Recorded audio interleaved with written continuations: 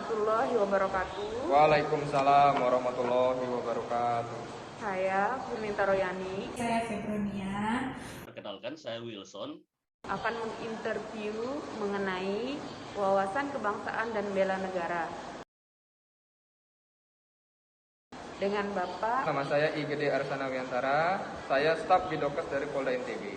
Di sini kami bersama narasumber kami, Nani Vanessa.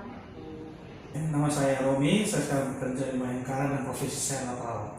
Saya Hildegard Disko Betingga, profesi saya sebagai Unit Layanan BPJS Ketenagakerjaan Penempatan Kabupaten Lembata.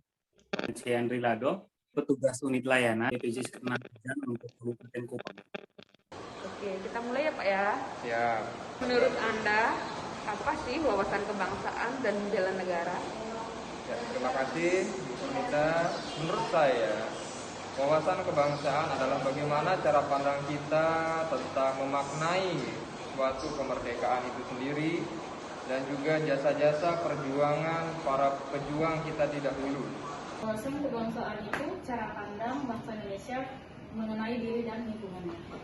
Bela negara itu sikap dan perilaku warga negara atas cintanya dan rela berkorban kepada negara kesatuan NKRI. Menurut Anda, mengapa wawasan kebangsaan sangat diperlukan? Jelas sangat diperlukan untuk meningkatkan kualitas bangsa dalam mengatasi berbagai permasalahan yang dihadapi. Apa aja sih contoh wawasan kebangsaan yang Anda ketahui? Ada banyak, salah satunya menjadikan Pancasila pedoman hidup, yang kedua terwujudnya sikap nasionalisme, yang ketiga menghargai setiap perbedaan yang ada. Kemudian Bapak, menurut Bapak, apa dampak terkait adanya korupsi bansos dana COVID pada masa pandemi saat ini? Saya geram sekali itu Bu, mendengar berita terkait dengan kok tega gitu seorang pejabat pemerintah yang dipercaya oleh presiden mengemban suatu tugas, tetapi malah menyelewengkan dana tersebut untuk kepentingannya pribadi.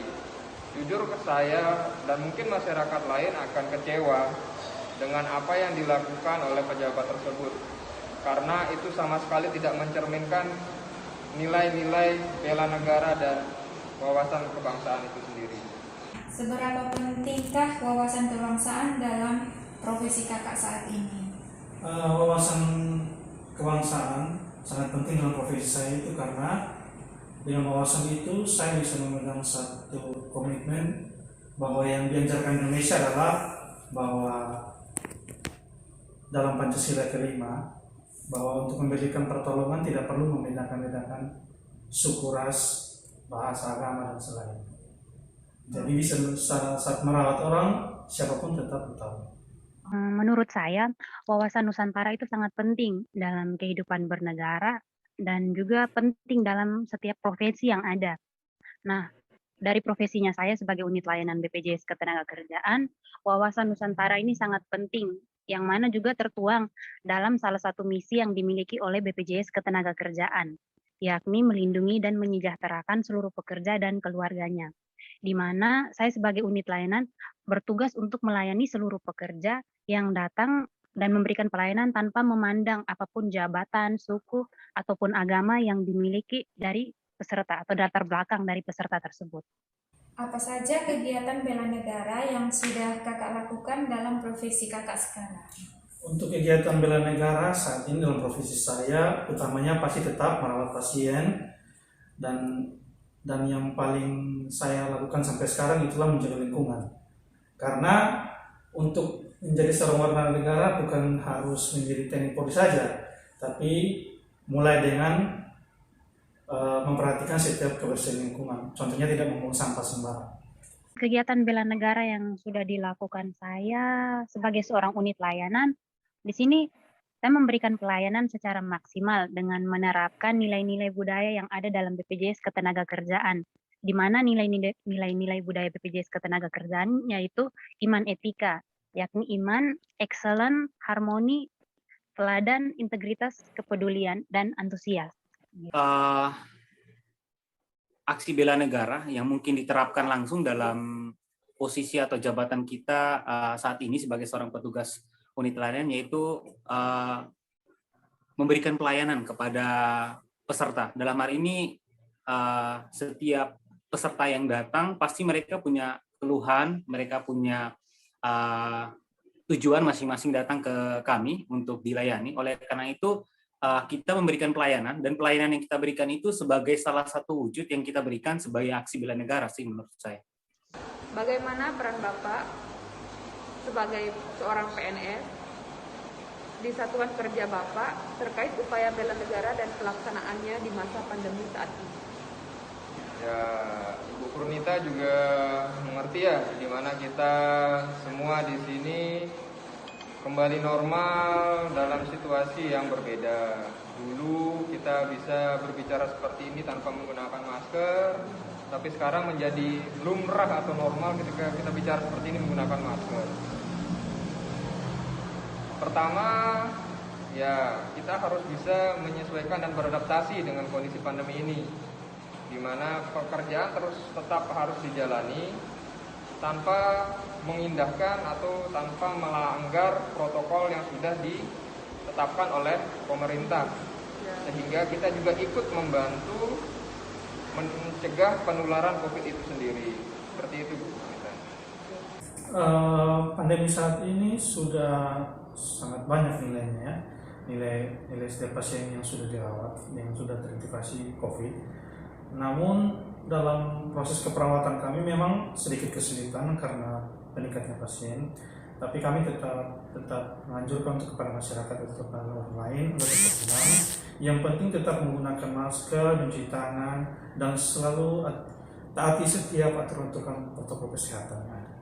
Di tengah pandemi COVID terkait dengan tugas dan tanggung jawab kita dalam pekerjaan kita, dalam hal ini sebagai seorang petugas unit layanan, ya tentunya bedalah dengan kondisi sebelumnya, kondisi sebelum COVID dalam hal ini, dan kondisi sementara COVID saat ini.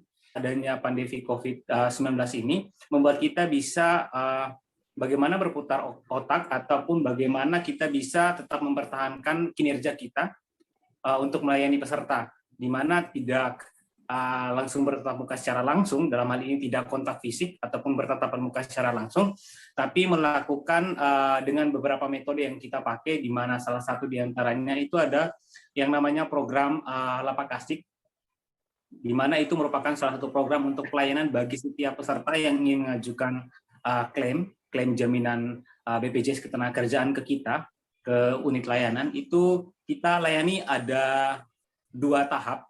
Tahap pertama di awal COVID itu masih lapak asik, di mana kita masih menerima dokumen, di mana dokumen tersebut juga masih sudah disterilisasi terlebih dahulu oleh petugas sebelum kita untuk melakukan pengecekan berkasnya. Di mana sekarang untuk metode kedua yang kita pakai yaitu langsung daring online, di mana peserta juga tidak harus langsung tatap muka dengan kita untuk melakukan wawancara terkait pengajuan klaimnya, tapi mereka juga bisa langsung untuk mengajukan klaimnya lewat situs online, di mana kita menyediakan sebuah situs di mana peserta dapat langsung mengakses situs tersebut, memasukkan semua data dirinya, persyaratan lengkapnya, scan berkasnya, itu langsung via online dan langsung dikirim, dan kita untuk wawancaranya itu langsung daring online, langsung dari video call by WA.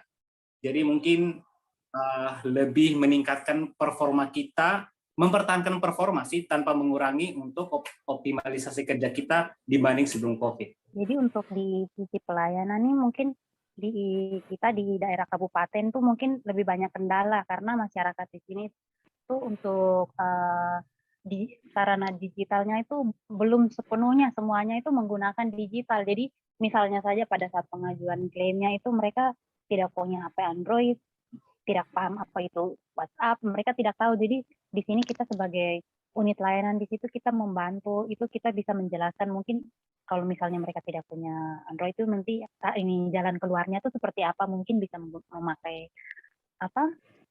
memakai handphone dari keluarganya atau jalan keluar lain untuk setidaknya membantu peserta untuk bisa klaim gitu.